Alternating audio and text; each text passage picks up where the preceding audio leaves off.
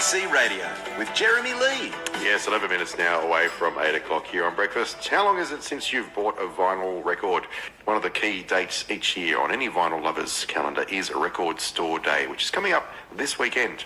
Shane Godfrey is the owner of Prehistoric Sounds in Warrnambool, and as always, they'll be taking part. Shane, good morning to you. Good morning, Jeremy. Thanks for having me on. Well, thanks for coming in again. So, look, Record Store Day is, it's become, feels like it's become a bit of an industry, Record Store Day, almost, doesn't it? It's taken on a life of its own, this kind of enterprise, you know? Yeah. The people behind it in the US, they really push this time of year, and it's sort of become a bit like Valentine's Days for florists, or or Good Friday for fish and chip shops, sort of thing. Yeah. I mean, how do you feel about it as a store owner? I suppose it's got its plus side because it means that people come because they know there are certain things that they're going to be looking for. Yeah, and it gets people into the store. So I guess those aims are very good. Yes. You're trying to get what you think your customers will want. And the last few years have been good in that where there's a window where they release the list and then our orders are due. I guess the things that do end up being Record Store Day releases, so they're quite often, I mean, there always seem to be David Bowie, something or other. They'll find something or some way to repackage something like that. I'm not presuming there's something this year. There's no Bowie this year. Oh, well, there you go. First year, maybe. So, first year in many. They're giving him a rest. Yeah. But, so generally there's a lot of live albums, radio sessions, demo tracks, B-sides. Sometimes bands do record an album specifically for Record Store Day. What do you reckon have been some of the real highlights? Now, because this has been running for some years now. What are some of the real things that have come out that have been, especially done for the day and that have really, meant something to the fans and have been worth the effort? They haven't just been let's just repackage something, or let's just, whatever. It's actually been a dedicated thing for the day. Specific for the day? The Flaming Lips always seem to pull something out of the bag. Right. But it is good when very limited releases from 20, 30, 40 years ago get a run again, like Nirvana's Hormoning, which was an Australian tour EP when they toured in 1991. They did that a few years ago, and of course everyone wanted that one. I suppose another one that springs to mind is, was it last year or the year before? Time goes so fast. The Foo Fighters one where they did the whole Bee Gees thing. Yes. The DGs. Yeah, that was last year, I think. Year. Yeah. Right. Yeah, we couldn't get enough of those. So,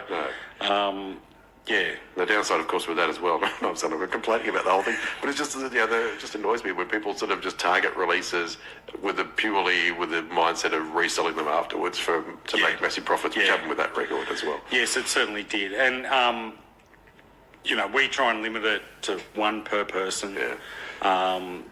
But, of course, you never know what they're going to do when they walk out the store. But you can't control it.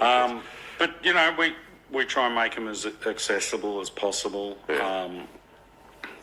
But we're not hiding a hoard out the back for selling later or anything like that. Because part of the way the day works as well, isn't it, is that you can't save things. Like the idea is that you have to, and I presume this relies on the goodwill of every retailer, but everyone sort of is playing by the rules that it's all about being there. On the day. Going into the store to buy the product. It's not. That's right. Yeah. My brother asked me if I could do it, and I said I can't. Right. So, tough love. Sorry, Dale.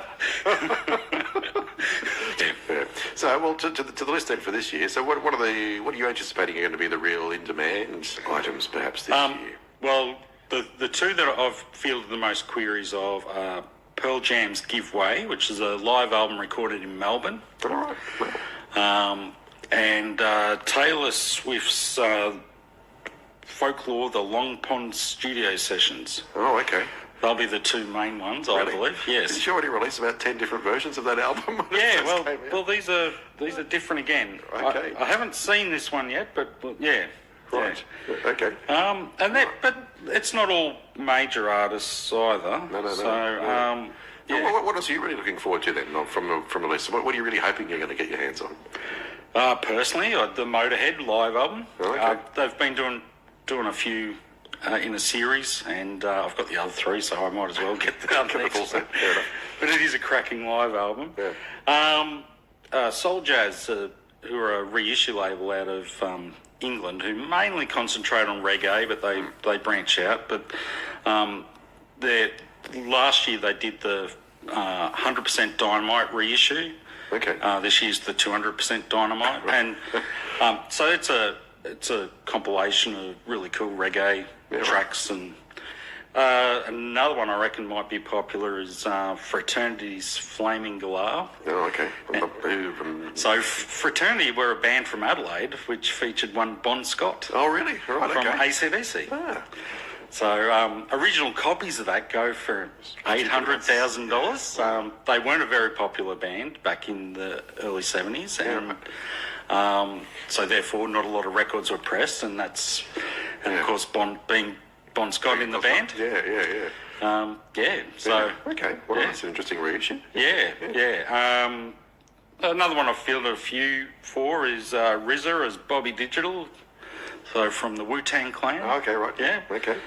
Bobby Digital in stereo. A couple of Australian releases. We got Peking Duck and Spend It. Oh, yeah. Ocean Alley's reissuing their Chiaroscuro album. Okay, yeah. Yeah. And have you got any special in-store things planned as well? Any sort of bands playing or anything? I've got Anton Cleary playing. Yep. He's been dropping in. He drops in every now and then and plays a few gigs for us, and so he'll be playing. Fantastic. Well, best of luck to everybody. No worries. Thank you. Shane, thanks very much. Yep, we'll cheers. catch up with you soon. Yep, no worries. Shane Godfrey from Prehistoric Sounds in Warrnambool, one of the stores that will be taking part in Record Store Day this weekend. So if you're a vinyl lover, this is the weekend to perhaps snap up some of those special releases that do come out at this time of year. It's coming up to news time at 8 o'clock. A bit of cloud today, some morning fog, slight chance of a shower in the south. Maximums around 17 to 19 degrees. I'll be back with you after 8:30. But it's now 8 o'clock here on ABC Southwest Victoria.